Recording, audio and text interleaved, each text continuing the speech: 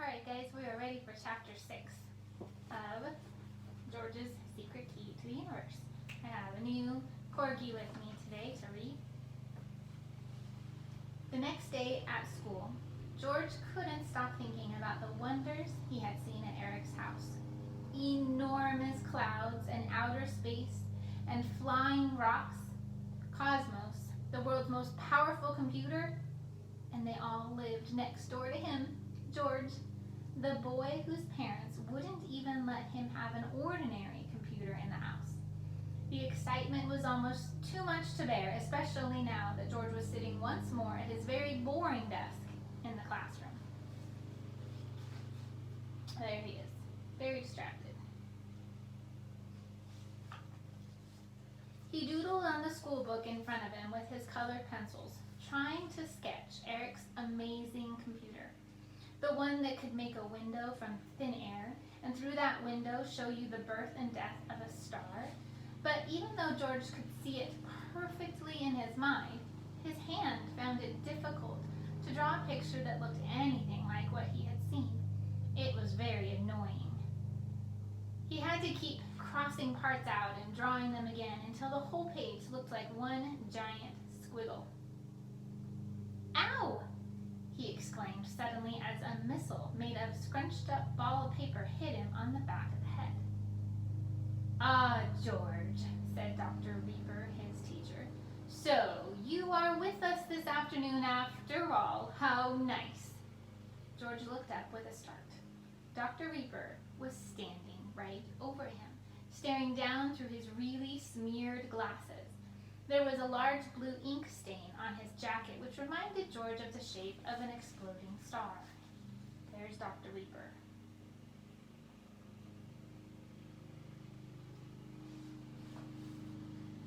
Do you have anything to say to the class?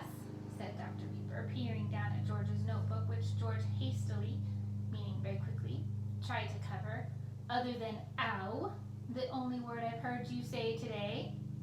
No, not really, said George in a strangled, high-pitched voice. You wouldn't like to say, Dear Dr. Reaper, here is the homework I spent all weekend slaving over? Well, said George, embarrassed. Or, Dr. Reaper, I listened carefully to every word you've ever said in class, written them all down, added my own comments, and here is my project with which you will be extremely pleased. Muttered George, wondering how to get out of this one.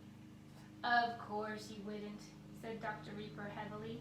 After all, I'm just the teacher, and I stand here all day saying things for my own amusement and fun, with no hope that anyone will ever gain anything of value from my attempts to educate them. I do listen, protested George, who was now feeling guilty. Don't try and flatter me, said Dr. Reaper rather wildly. It won't work. He whipped around sharply. And give me that! He shot across the classroom so fast he was almost a blur of speed and snatched a cell phone from a boy sitting at the back. Dr. Reaper might wear tweed jackets and speak like a man from a century ago, but his pupils, students, were so scared of him, they never tricked him the way they did the teachers who were foolish enough to try and befriend them. Befriend them means to try and be their friend. He was a new teacher, and he hadn't been at the school long, but even on his first day, he had quelled a whole room full of students into silence just by staring at them. There was nothing modern or touchy-feely or cozy about Dr. Reaper, with the result that his classrooms were always orderly, his homework came in on time, and even the slouchy rebel boy sat up straight and fell quiet when he walked into the room. The kids called him Greeper, a nickname that came from the sign on his office door, which read Dr. G. Reaper, or Greeper the Creeper, because of his mysterious habit of appearing without warning in far-flung corners of the school. There would be a gentle swoosh of thick-soled shoes and a faint smell of old tobacco, and before anyone knew it, Greeper would be bearing down on whatever secret mischief was brewing, rubbing his scarred hands with delight.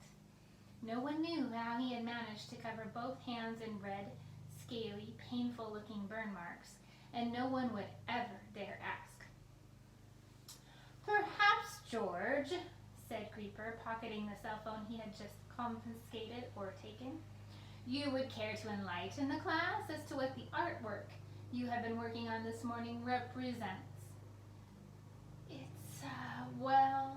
It's, whispered George, feeling his ears become hot and pink. "Speak up, boy, speak up," ordered Creeper. "We're all curious to know quite what this," he held up George's drawing of Cosmos so the whole class could see, "is meant to be. Aren't we, class?"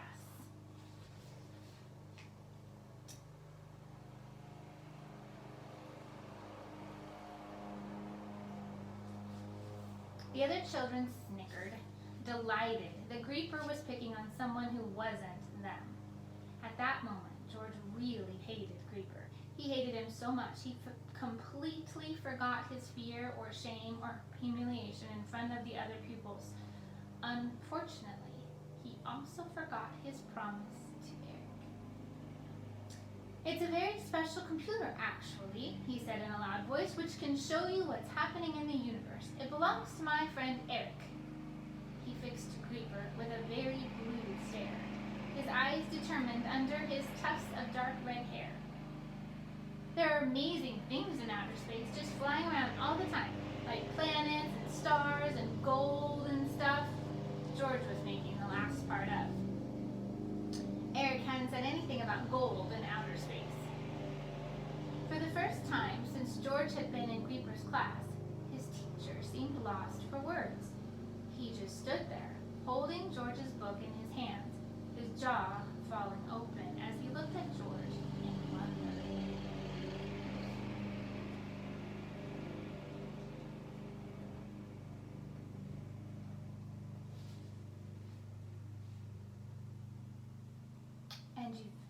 "So it does work after all," he half whispered to George.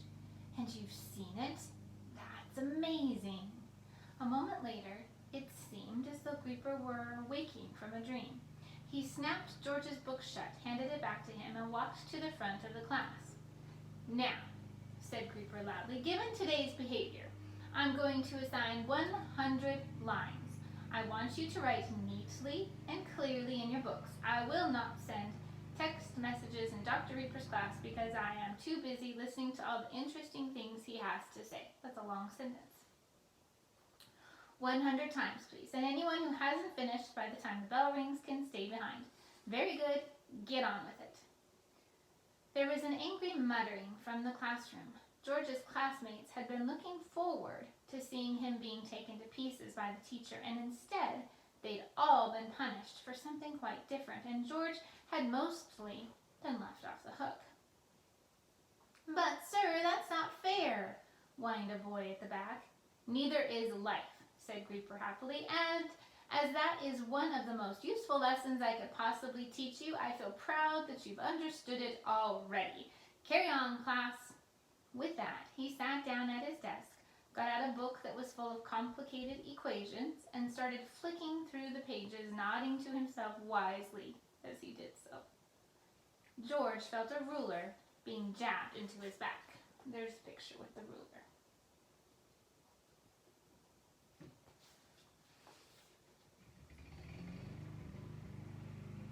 "This is your fault," hissed Ringo, the class bully, who was sitting behind him. "Silence," thundered Creeper without even looking up from his book. "Anyone who speaks will do 200 lines instead." His hand whizzing across the page, George finished the 100 lines in his neat writing just as the bell rang for the end of class. Carefully, he tore out the page with the picture of Cosmos on it and folded it up, tucking it into a back pants pocket before dropping his book on Creeper's desk. But George hadn't taken even 2 steps down the hall before Creeper caught up with him and barred his way, meaning he got in front of him so he couldn't get by. "George," said Creeper very seriously, "this computer is real, isn't it? You've seen it, haven't you?" The look in his eyes was frightening. "I was just, making it up," said George quickly, trying to wiggle away. He wished he hadn't said anything at all to Creeper. "Where is it, George?" asked his teacher, speaking slowly and quietly. "It's very important that you tell me where this amazing computer lives."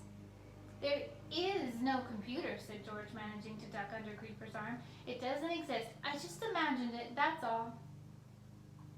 Creeper drew back and looked at George thoughtfully. "Be careful, George," he said in a scarily quiet voice. "Be very careful." With that, he walked away.